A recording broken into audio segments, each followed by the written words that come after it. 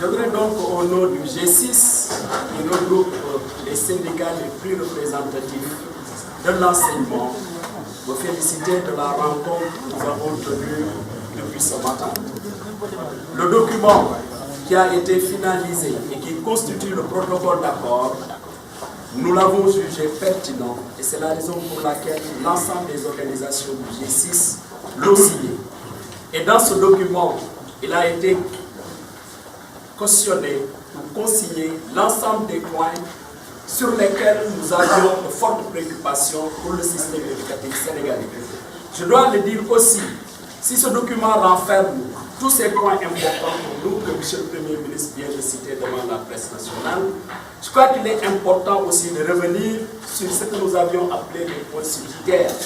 Parce que comme vous le savez, nous avons également interpellé le gouvernement du Sénégal sur la question des ponctions qui ont été opérées sur les salaires des enseignants. M. le Premier ministre a pris l'engagement de travailler en rapport avec le ministère de l'Éducation et celui du budget pour que nous puissions aller vers l'appurement de ces ponctions qui ont été opérées. Il a été également indiqué la question des sanctions de 2016. Le gouvernement a pris la décision de les effacer dans les dossiers des collègues concernés. L'autre point également qui nous paraît important, qui figurait sur les points des questions subsidiaires, c'est tout simplement la question des recalés du CNF de Thiès.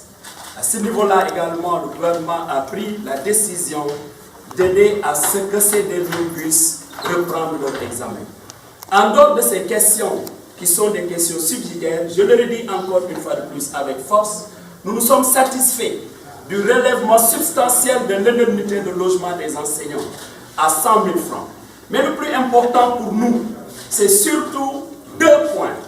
La question des lenteurs administratives. Nous sommes satisfaits du dispositif qui est mis en place et qui permettra certainement l'appurement de tous les dossiers qui sont en stock.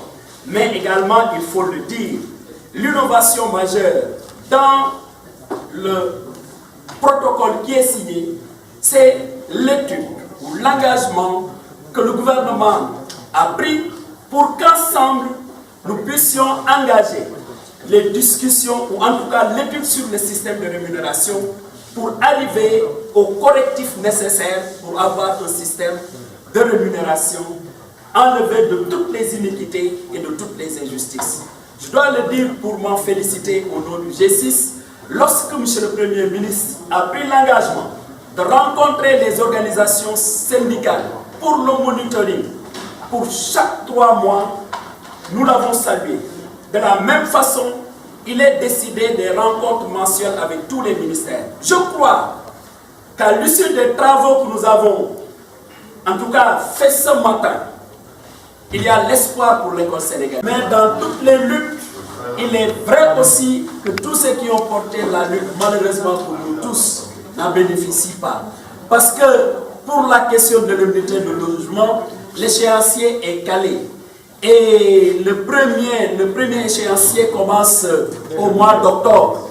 Et pour une raison toute simple aussi, parce que nous avions cherché à faire rapprocher les échéanciers.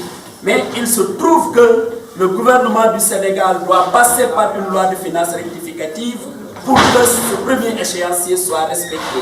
Et l'Assemblée nationale qui se réunit en une session unique devra se réunir à partir du mois d'octobre pour la loi de finances rectificative.